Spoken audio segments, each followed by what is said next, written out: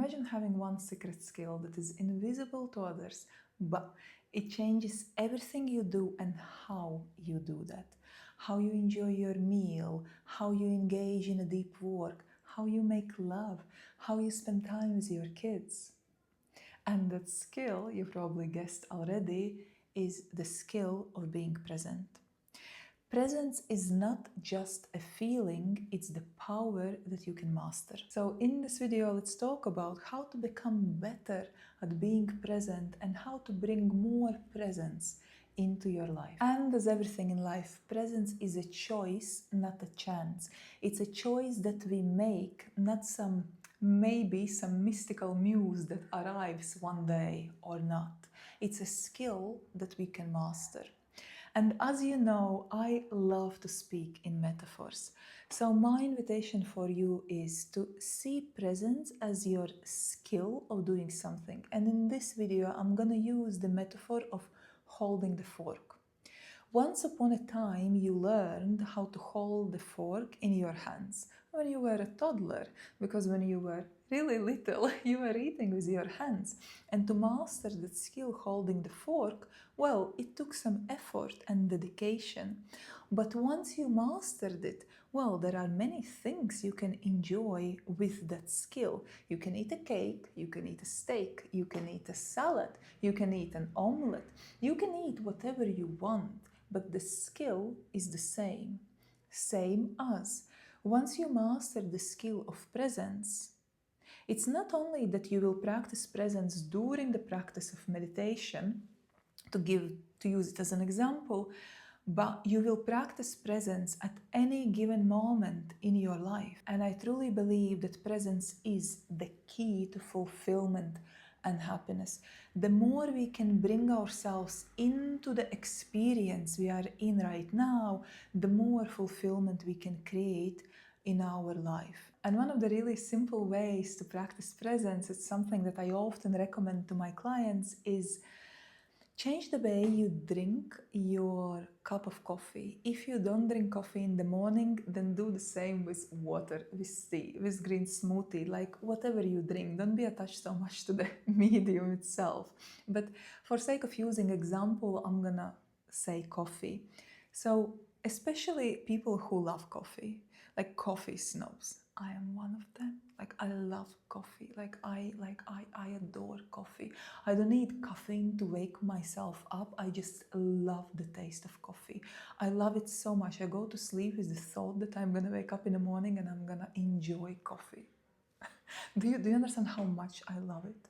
And hence, when I have this first sip of coffee, I love the process of making it. I have this Italian mocha and I put the coffee there and I put the coffee on the stove, and then the house gets filled with the aroma of the coffee, and then I pour the coffee into my cup and then I feel the smell of it. I add a little bit of milk and then I really enjoy the first sip of coffee.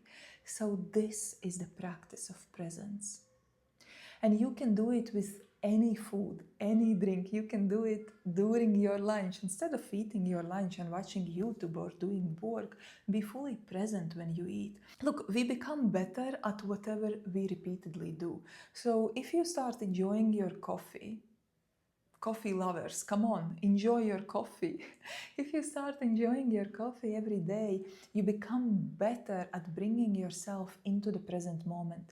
And that skill of presence will inevitably transfer to any other area of your life. When you are eating lunch, when you are savoring your steak, when you are eating some fruits, when you are spending time with your beloved, with your kids, when you are making love. While we think that I have to sit on my mat, on my meditation cushion right now and practice presence. Well, yeah, that's great, but you can do it for 10 minutes, for 15 minutes, for 1 hour. What you do for the rest of your day. And I believe that we can make our whole lives a practice of meditation. Saying that, I have a beautiful meditation playlist on this channel. Please go to check it out. Link will be in the description of this video. Coming back to the practice of presence as a lifestyle, when you walk on the street, notice the touch of wind on your skin. Notice how you feel in certain environments without judging the environment. Because very often you will notice that you're actually not feeling so good. Fine, like I'm not feeling good. Great, okay. But you don't have to judge the environment. Environment is neutral, it's simply the way it is. For example, if you are triggered by the bright light in the shopping mall or by the noise on the streets, don't judge the environment, don't judge your inner experience, simply practice awareness and being present with yourself. I really like the sentence, bring your whole self to the experience. And I would like to continue this sentence without hardening against the experience. Because when we are becoming more present and when we are doing with the things that we genuinely enjoy, like the first sip of coffee in the morning, like the presence of our loved one, well, that's beautiful. But also, we must learn to practice being present with ourselves. For example, when we are moving through some difficult feelings, or staying present in the environments that actually evoke not so good feelings within us, and staying in those moments without hardening against them, being open to this present moment, being open to my experience that moving through me without need to harden, to armor ourselves against it. And that requires self-mastery. That requires building very solid core within me. Core, not a muscular, like energetical core. Like I can't find any more, like, I think the best word to describe it is being solid. Like I am here and I allow life to happen. I allow everything unfold around me and within me, and I'm staying solid in that experience. And that is mastery. Because whether we like it or not, we cannot, it's simply impossible to be in the relationships with only half of life, with only joy, with only happiness, with only love. No, there is also another part that is sadness, that is grief, that is discomfort, that is hardness, right?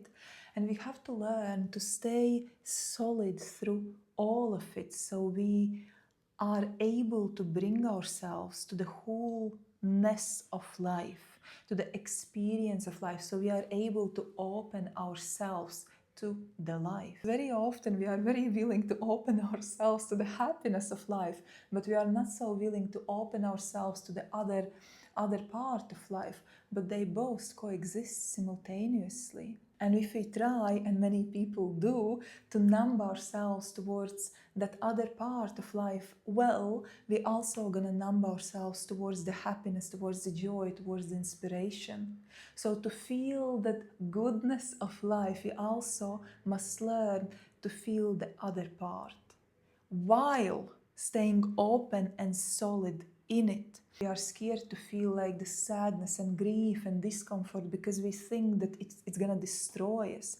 But if we master ourselves, if we build a very solid, like inner energetical axis within us, like a solid backbone, that is when we can walk through life with authenticity and open heart, without fear.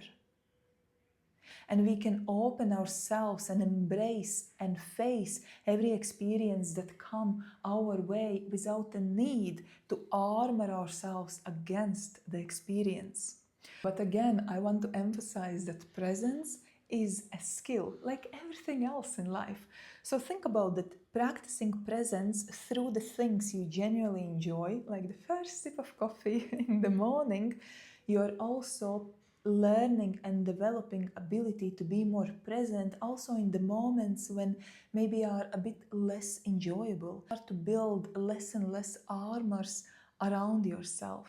And becoming more present with life will also bring more awareness to how you experience yourself inside life, meaning how you experience yourself in the presence of certain people, how you experience yourself in certain environments. In other words, how you experience yourself in the field of information you are exposing yourself to. And I talk about field of information in my next video, go to check it out.